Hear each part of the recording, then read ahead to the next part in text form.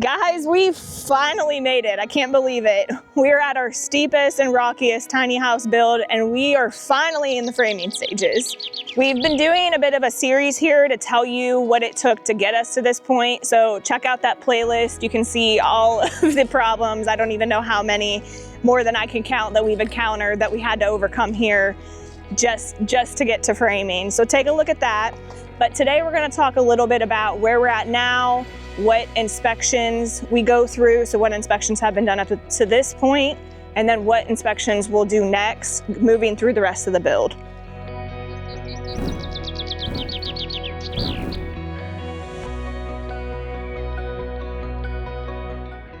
So as you can see here, I mean, this barely even looks like a tiny house from this angle, but it is up there in elevation. So you're getting a good look at what we had to deal with, just an idea on excavation work. Again, we posted a few videos of those, but the excavation work here was brutal. So to get to this stage, one of the inspections that we've already gone through is our footer inspection. We do have an engineer heavily involved on this project. If anybody's taking on a project like this, I would highly recommend having an engineer involved.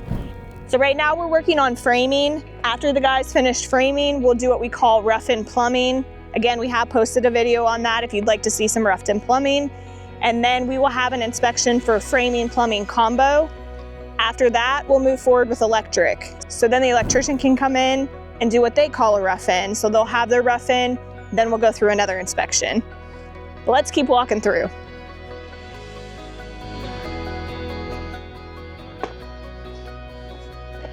It wouldn't be right not to show you guys the view here.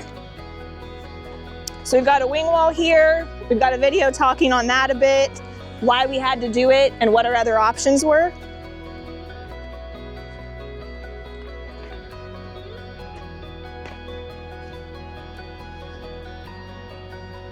Back to the excavation work. We've got a few cut benches here. We've actually got 3 different tiers of cut benches. Our septic here. Again, one of the changes we encountered.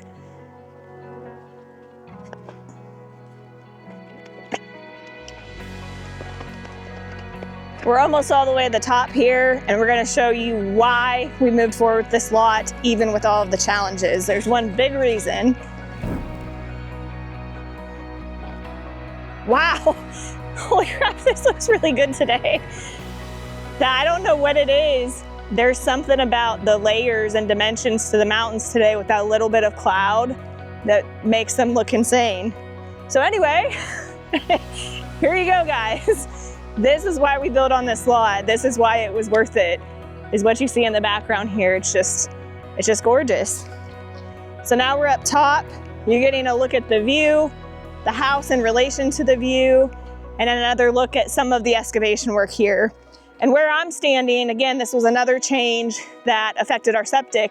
We're gonna do amenities here, so we're super excited about that.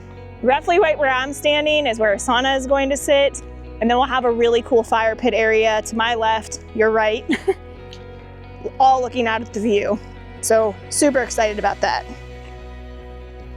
Of course, this is one of our tiny houses. It is a true A-frame. This is our Lily model. And I'm standing on the 4-foot deck. This will be our door here. And I mean, from any point inside this house, you get that amazing view. So I mean, anywhere you're standing, in the kitchen area, in the bedroom area, this will actually be the bathroom. That's the only place you won't see the view from because you'll have walls there. But I mean, we're gonna have this as a full window wall, so you have the killer view there. So as I mentioned, we went through our footer inspection. We'll have our framing and plumbing combo next. Then we'll have electric. Then we have our energy inspection.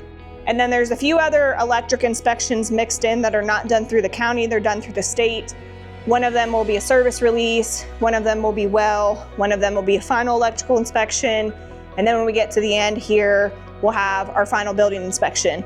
So everything goes in stages. And again, right now we're in that framing, plumbing combo stage, working through everything as we go.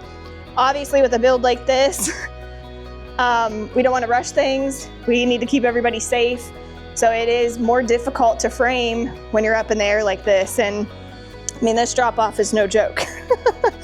So of course there will be a railing here when we're done, but the guys had to come up here just to be able to frame this. So props to them for all of their hard work and courage, I guess you could say, to make this happen. We've got an onlooker.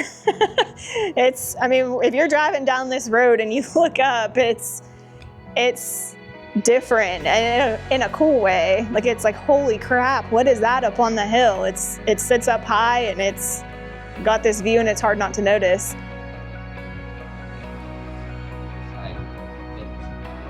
Yeah, even though we didn't go any higher off a grade much, it still feels like you're so high up here. But I mean, you're sitting right with that view, which is why we came up to this grade, is because you get that horizon. It got us just over those treetops, and that's the one thing we can't control, is clearing any trees that are not on this lot. So we cleared what we could, and we got this elevation to overcome those treetops and get us that horizon, that view, that landscape view. So let's talk about something cool that we're doing on this build that we haven't done on our Lily before. And we're always about adapting and finding solutions in unique situations like this. Because of mostly this elevation, the way our parking worked out, which again, you can't always anticipate it on land like this, we're changing our entrance, AKA our access to this house. So we're actually going to bring steps up from the side here. So our parking's out this direction. We're gonna bring steps up to the side, and instead of running a platform to bring in the front, we're actually gonna do what's referred to as like a dormer or a bump out that many A-frames do have, where we're going to put a door opening centered on this wall here. The decision was just made. And it will have a little roof and basically be a built out bump out. Again, a lot of people call them dormers. So access and come straight up this way.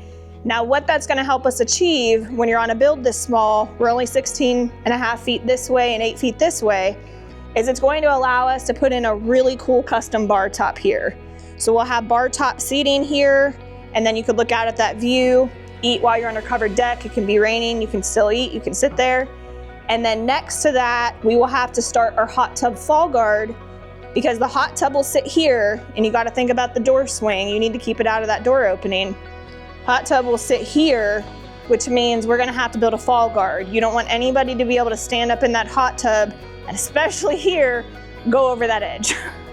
So we will build a fall guard, and the spec for that, the fall guard has to run out so far that it'll actually meet that bar top.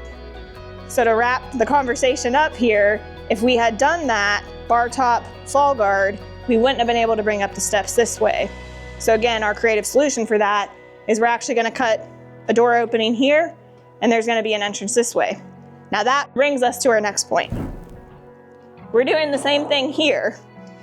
So we've got a cut bank at the back of the house, and we had to taper the slope per engineer's guidelines. We had to taper this, support the cut bank, and that made it a little weird, which this won't stay exactly like this, it'll look a little bit better, but that made it awkward to bring steps out into dirt. So we will do the same thing here on our 4-foot deck, where you actually walk out this opening here. We'll cut in a door opening, and then from there, you'll walk out over to the amenities. So there will be a few steps down, here, so pretty much where I'm at, few steps down, and you walk over to where your sauna is gonna sit. And then you'll actually enter in from the back of the sauna, and then there will be a walkway that we're going to put in next to that cut bank, and that walkway goes over to the fire pit area. So we have a plan. We always have a plan, but you have to be creative on land like this. It's not something you're really just gonna put on paper and know exactly how it's gonna go. You really just have to roll with it after you start working with it. And anybody who's done any type of dirt work on a slope like this most likely knows that this land was almost deemed unbuildable because we didn't think we could achieve even the driveway slope that's required by zoning to make everything work here. So needless to say, this has definitely been one of the most challenging lots we've ever taken on, and maybe responsible for 30% of my future gray hair. But it's going to be so worth it, and we're so excited to see the finished product ourselves and share it with you guys. Like I mentioned, if you are wondering what it took to get to this point, check out that playlist.